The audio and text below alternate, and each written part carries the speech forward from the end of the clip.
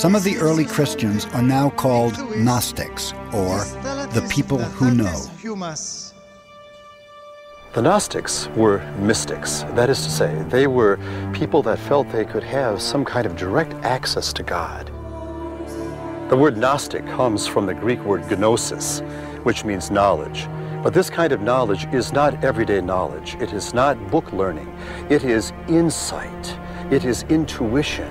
It is that ability to know something about yourself, to know that you have a spark of the divine inside of you, and to recognize the God that you profess to be, the God that is outside, is the same as that spark of the divine that is within you. And many of the Gnostics were Christians. Gnostics are the people who wrote most of the texts known as the Nag Hammadi Library.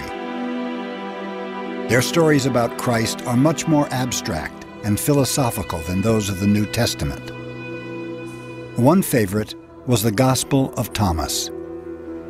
Kihi vasiliatu theo entos human estikaktos hos an hefton noin taften hevrisi kihot humis heftus na insusite ethisite hoti hu este humis tu patros tu sontos.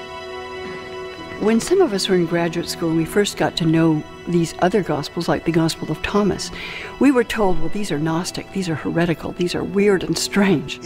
We were told that Gnostics means, people who were basically wrong.